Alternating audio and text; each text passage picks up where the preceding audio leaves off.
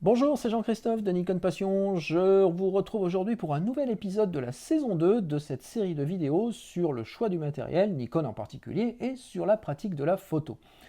Je vous rappelle que vous pouvez continuer à m'envoyer toutes vos questions à l'adresse nikonpassion.com/questions. Je sélectionne les plus courantes et j'y réponds au travers d'une vidéo comme celle-ci.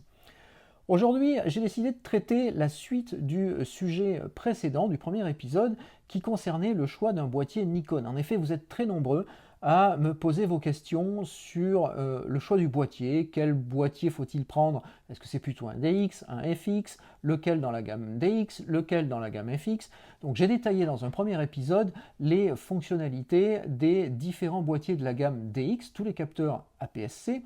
Et donc en toute logique, eh bien aujourd'hui je vais vous parler des boîtiers FX, les capteurs plein format. Alors plein format, je vous le rappelle, c'est l'équivalent du 24-36 pour ceux qui connaissent les films argentiques. Donc un capteur qui est plus gros que le capteur des boîtiers DX, le ratio, le rapport entre les deux étant de 1,5. Donc je fais cette parenthèse là, mais je vous en ai parlé dans une vidéo précédente. Si vous avez un objectif de 50 mm par exemple, monté sur un boîtier plein format, eh bien c'est un 50 mm sans aucun problème. Si vous mettez ce même 50 mm sur un boîtier DX, vous devez appliquer un facteur x1,5 pour avoir la focale équivalente. L'objectif, lui, c'est toujours un 50 mm, ça n'a pas changé. Mais il va cadrer comme un 75 mm parce que 50 fois 1,5 égale 75. Pour en revenir aux différents boîtiers de la gamme FX Nikon, sachez qu'il y a, au moment où je tourne cette vidéo, il y a 5 boîtiers plein format dans la gamme Nikon. On a donc quand même pas mal de choix pour s'en sortir. En entrée de gamme, et c'est pas du tout péjoratif quand je dis ça, on va retrouver le Nikon D610.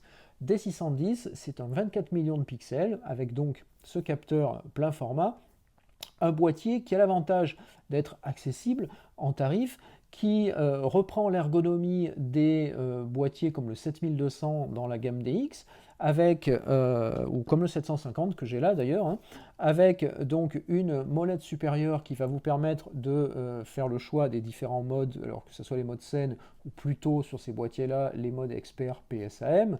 On va retrouver un écran et des touches de contrôle autour de l'écran pour un accès assez rapide aux différentes fonctions.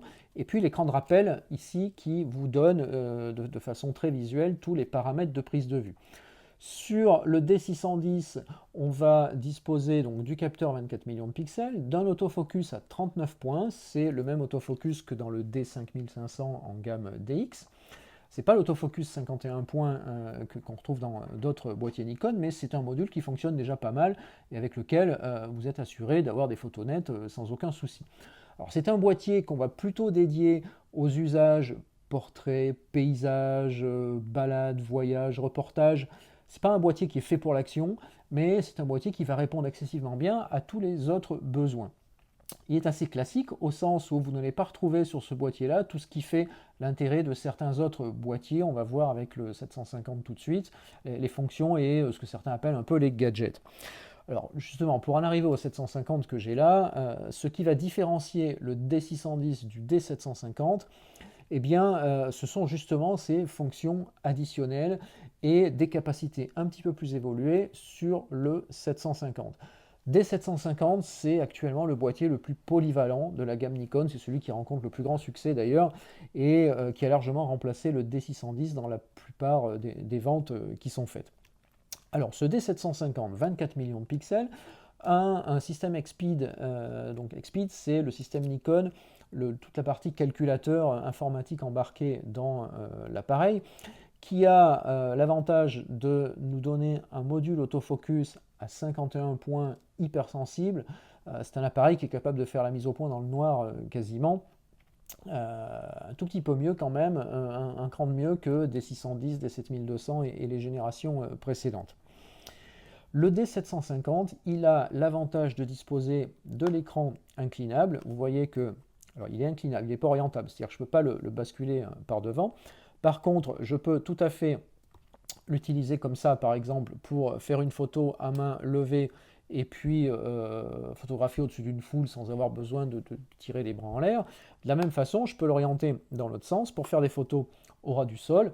Ça va adresser tous ceux qui font de la macro, chaque fois que vous avez besoin de vous baisser, ben, au lieu de vous rouler par terre, vous pouvez tout simplement utiliser l'écran. Alors c'est très pratique aussi pour les vidéastes, puisque ça va permettre de positionner l'appareil sur son trépied et puis de contrôler la vidéo très facilement sur l'écran arrière sans avoir besoin voilà, de se tordre un peu devant l'écran ou de regarder dans le viseur. Le 750 dispose également d'un module Wi-Fi qui permet de transférer très facilement les photos en JPEG vers l'application Nikon sur un smartphone, iOS ou Android. Il a un écran supérieur de rappel ici qui est particulièrement confortable, assez grand, avec, voilà, je ne sais pas si on le voit bien là, avec une bonne visibilité des différents paramètres de prise de vue. Le flash intégré, bien évidemment, comme sur les autres Nikon. Alors, pas tous, on verra que le D810, c'est pas le cas, mais sur la plupart des Nikon, il y en a un quand même. Flash d'appoint ou bien un flash qui permet de contrôler les flashs distants si vous êtes adepte de cette technique. L'accès aux différents modes de prise de vue, c'est la couronne qui est là. Et pour le reste, on est relativement traditionnel. Une particularité en matière d'ergonomie sur le D750, c'est la poignée qui a été largement creusée. Alors là, il y a une vraie différence par rapport, si vous connaissez l'ergonomie des D200, D300, D700, D610 également. Sur le D750, la poignée est beaucoup plus confortable, c'est très agréable de le tenir en main. Moi, je le balade souvent dans la rue comme ça, même sans avoir de courroie ou de poignée. Et il tient vraiment très bien dans la main. Je vais essayer de vous le montrer là. Voilà le creux qu'on peut avoir, qui est vraiment très prononcé. Et vraiment en toute sécurité, on peut trimballer son boîtier comme ça. Il a l'avantage d'être beaucoup plus léger et compact que le D700 par exemple. Alors, certains attendent toujours le remplaçant du D700, on ne sait pas s'il va arriver. Enfin, bon, j'ai ma petite idée sur la question, mais je pense qu'on le tient déjà en partie avec le 750. Donc vraiment un boîtier pour répondre à tous les usages du quotidien si vous appréciez le plein format. Juste au-dessus dans la gamme, on va retrouver le Nikon D810. D810, c'est le boîtier le mieux défini de la gamme Nikon, puisque c'est lui qui embarque le capteur à 36 millions de pixels. Alors 36 millions de pixels, à quoi ça sert? Ça sert à avoir des photos excessivement bien définies si vous êtes fan de haute définition. Alors en particulier pour les portraitistes, les paysagistes, tous ceux qui font des photos pour lesquelles vous faites par exemple des tirages en grand format, pour lesquels vous avez besoin vraiment de détails dans l'image et de précision dans l'image, eh bien 36 millions de pixels, c'est ce qui se fait de mieux aujourd'hui dans la gamme Nikon, et c'est vraiment encore un cran au-dessus du 24 millions. Il y a des conséquences, à savoir que déjà on a des fichiers qui sont plus volumineux à gérer, mais bon, au prix du disque dur aujourd'hui, c'est pas trop un souci. Par contre, le 36 millions de pixels impose d'avoir des optiques qui sont vraiment adaptées, puisqu'il faut que l'optique soit vraiment au niveau du capteur. Donc attention au choix de vos objectifs si vous optez pour le D810. Entre 24 et 36 millions, alors il y a 12 millions de plus, mais bon, c'est pas pour ça qu'à 24 millions, on va pas faire des photos bien définies. 36 millions, c'est vraiment, j'ai envie de dire que c'est un petit peu le luxe du capteur Nikon aujourd'hui. Donc c'est vraiment un boîtier à choisir avec cet esprit-là en tête. Autre avantage du D810, on va retrouver l'ergonomie traditionnelle des boîtiers Expert Pro Nikon. Ceux qui ont connu là aussi les D200, D300, D700, on est sur la même ergonomie, D800, D800E bien sûr. Donc un boîtier qui diffère de ce qu'on a là. On retrouve non plus la couronne supérieure, mais le mythique trèfle Nikon, là qu'on connaît depuis toujours sur les réflexes. Et puis derrière une présentation des boutons qui est à peu près équivalente à celle-ci. Pas d'écran inclinable par contre, mais globalement un boîtier donc qui est plus proche des modèles Pro, un peu plus gros, un peu plus lourd, un peu plus onéreux aussi que le D750.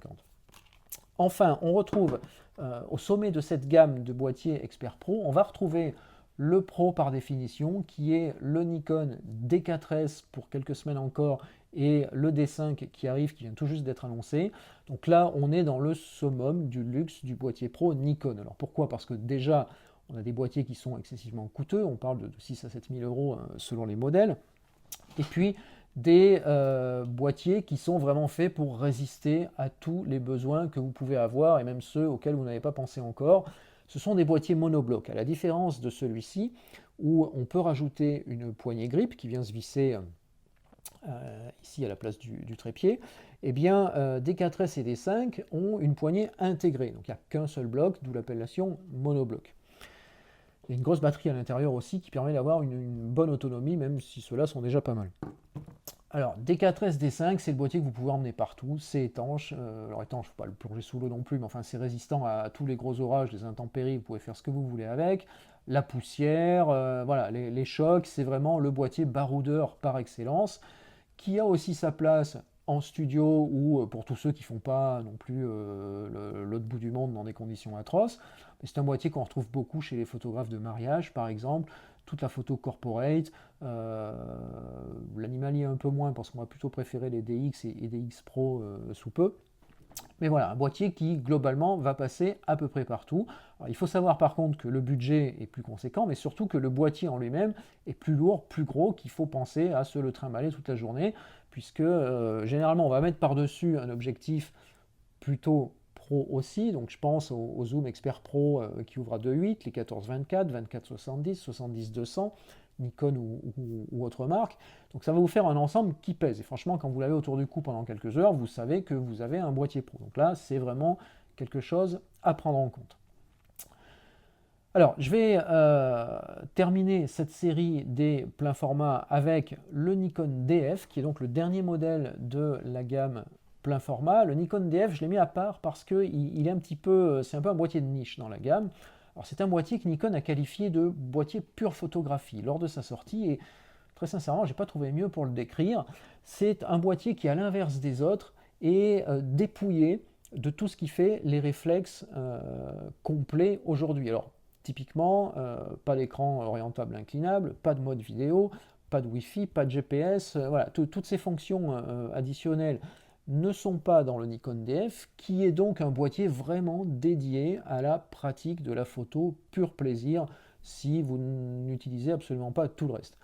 Le DF, il a l'avantage pour lui de disposer du capteur, du gros capteur plein format du Nikon D4, pas le D4S ni le D5 hein, bien sûr, mais le Nikon D4. Donc un capteur 16 millions de pixels qui a largement fait ses preuves dans le D4, qui est très sensible en basse lumière, donc il va monter en ISO facilement. Un autofocus à 39 points, alors attention, c'est pas le 51 points des 750 ou des 810 ou des 4S, mais c'est le 39 points, 39 collimateurs du D610. Bon, c'est un module qui correspond tout à fait aux usages auxquels se destine le Nikon DF pour tout ce qui est portrait, photo de paysage, reportage, voyage, photo de rue. Le système va répondre très bien. En termes d'ergonomie, on retrouve l'équivalent du D610, c'est sensiblement le même boîtier, avec cette face arrière à peu près identique à celle-ci, l'ergonomie des touches et des boutons également identique. Par contre, le Nikon DF reprend un look un petit peu vintage pour rappeler les Nikon de la grande époque de l'argentique, sa face avant étant coloris un petit peu argenté, vous voyez, avec un peu l'esprit métal qu'on avait dans les boîtiers du siècle dernier, en fait, hein, les boîtiers argentiques, type FF2 et ainsi de suite. La face arrière étant, elle, un peu plus noire comme celle-ci, donc il y a un peu ce contraste entre l'avant et l'arrière du Nikon DF. Voilà, donc j'ai fait le tour des 5 modèles de la gamme plein format Nikon. Donc cette vidéo, elle complète la vidéo précédente dans laquelle je vous présentais tous les modèles au format DX. Pour le D5, je ne peux pas vous en dire beaucoup plus actuellement puisqu'on n'a pas encore eu l'occasion de le prendre en main et de le tester, mais c'est un boîtier qui est, tout comme le D500, qui est superlatif à tout point de vue, avec un capteur 20 millions de pixels qui monte en sensibilité comme jamais, avec un autofocus à 153 collimateurs qui s'annonce extrêmement prometteur, une vidéo 4K et plein d'autres fonctionnalités qui devraient satisfaire ceux qui ont le plus de besoin parmi tous les photographes. Alors, un budget forcément en conséquence, mais donc je vous dis tout ça dès que j'aurai eu l'occasion de le tester.